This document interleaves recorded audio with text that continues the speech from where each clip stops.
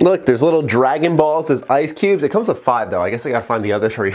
Salutations everybody, it is Matty here today, and we have to sift through some disappointing news this time around. We're going to be going into the status of arguably Arkane Studios' most popular title, Dishonored. The following information comes from VideoGames247.com, which I will have linked in the description down below. They did a great interview at QuakeCon 2018, and now let's get into it. Arkane has always been the immersive sim studio, creating games with deep worlds you can lose yourself in, filled with details that make the places you visit appear believable. We've always explored these worlds from the first person, and always have been equipped with an array of powers that allow for experimentation, usually interacting with each other in surprising ways. The future of Arkane will retain these core tenets, but it seems that the developer will also experiment and test the balance of what an immersive sim is. Arkane previously experimented with incorporating multiplayer into the genre with a cancelled game called The Crossing. The Crossing aimed to make one person the protagonist, while player-controlled characters interrupted their story and attempted to stop them. Not gonna lie, I kinda like the idea of The Crossing. It reminds me almost in a way of Dark Souls, where players can invade your world and stop you from progressing in the game and almost become a separate boss in their own right. So the idea of having all those powers and abilities and different tricks up your sleeve that you can combine together, like in a Dishonored game or even Prey, and then incorporating a dynamic element like someone invading your game and you have to tackle them on top of the ever-changing world around you, actually sounds like a cool idea. During QuakeCon 2018, I asked Arkane lead designer Ricardo Bear if it's likely we'll see a return to something like The Crossing. Not literally The Crossing, but for sure some elements, Bear explains.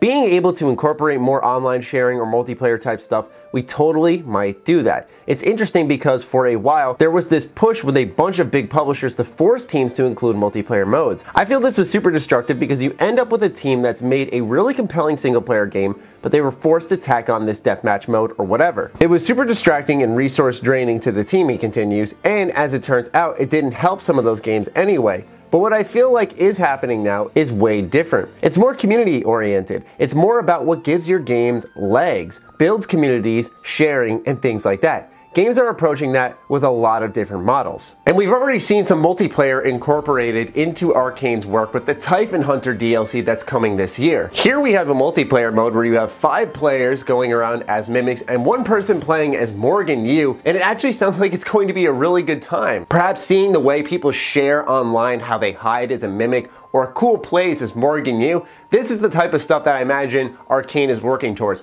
Creating the foundation of something like Prey, which was a great game in many ways, and then building off of it and providing legs and giving them a mode like Typhon Hunter that keeps people coming back, and it's in a fresh new way. The article continues saying, I can't say definitively what might happen down the road, anything could happen. But Dishonored is resting for now, Bear tells me. As far as pure immersive sims go, I don't know if we're going to continue to make like Carbon Copy. This qualifies as an immersive sim, and it's the only thing we're ever going to make. The things that are important to us as a studio are coherent, deep world building and environmental storytelling. We're always going to craft spaces that feel like you're visiting, whether it's Dunwall or Talos 1. It's just as important a character as the player or the people you meet. Then it's improvisational gameplay, giving players a bunch of cool abilities and tools and saying, you figure it out. You be creative, you own the experience. And typically we stick to first person, though that's not a hard rule, and we might try other things from time to time. So the biggest takeaway here is that Dishonored is sadly in rest mode. Equally as important is that Arkane's pretty much expressing that they plan on experimenting from this point moving forward. They're going to take chances like with Prey's Typhon Hunter DLC. They're going to try to bring in a bigger player base. However, I've seen a flurry of responses to this like single players dying or this is why you need to buy these types of games. Now I remember Dishonored 2 not selling as well, but I think it sold well enough to justify the follow-up a year later, which was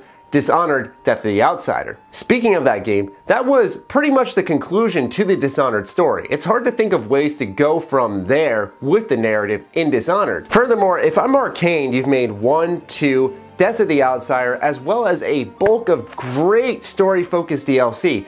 Dishonored as a universe has been flushed out in an amazing fashion. They've done really all they should have with this franchise. If I am them, yes, put it on rest mode and do move on to something else. However, as we can tell with sales, not only God of War, but more recently Octopath Traveler surpassing 1 million sales, and that's a very obscure JRPG, single player games are not going anywhere. I don't need to go over that 1,000,001 times. I think this is more to say about the status of stealth games.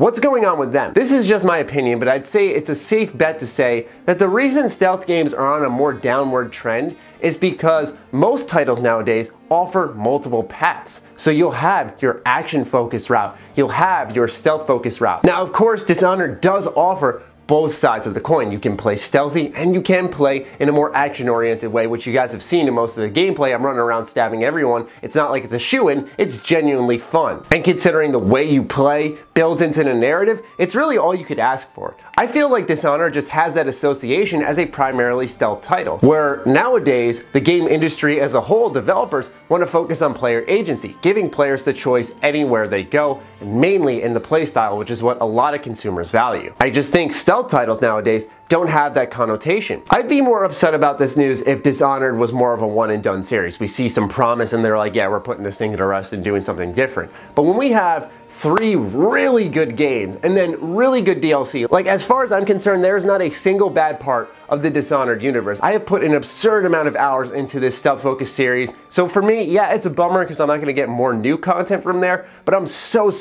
happy with what I have there. And since they are so talented at Arkane Studios, I'm more than happy to see them bring their talents elsewhere and try something new outside of the first-person immersive sim. But I get it, man. There are huge Dishonored fans, bigger than myself, of course, many out there, and they're probably bummed out by this news, but I'm just trying to offer the brighter side of things. We have a lot of Dishonored to go back and play if we ever choose to do so. But that's the news and just my thoughts on it. I'd love to hear your thoughts on this in the comments down below, so do fire away. Other than that, follow me on Twitter, like me on Facebook. Those links are in the description down below, along with my Patreon. Do consider supporting that as it fuels all the content we create here. Stay sexy, stay active. I love you all.